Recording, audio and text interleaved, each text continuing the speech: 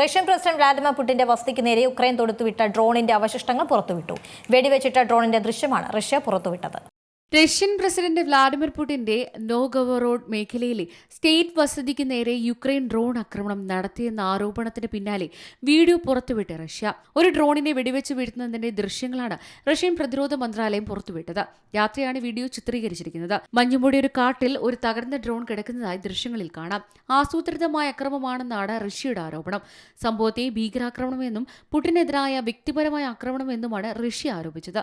December 28 വൈകുന്നേരം 7 മണിയോടെയാണ് അക്രമം ആരംഭിച്ചത്. പുടിന്റെ വസതിക്ക് നേരെ കൂട്ട ഡ്രോൺ വിക്ഷേപണം നടത്തുകയായിരുന്നു.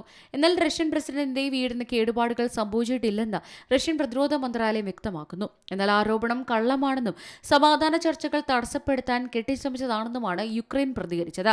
സമാധാന ശ്രമങ്ങളെ തടയാനുള്ള ശ്രമമാണെന്ന് യൂറോപ്യൻ യൂണിയനും ആരോപിച്ചിരുന്നു.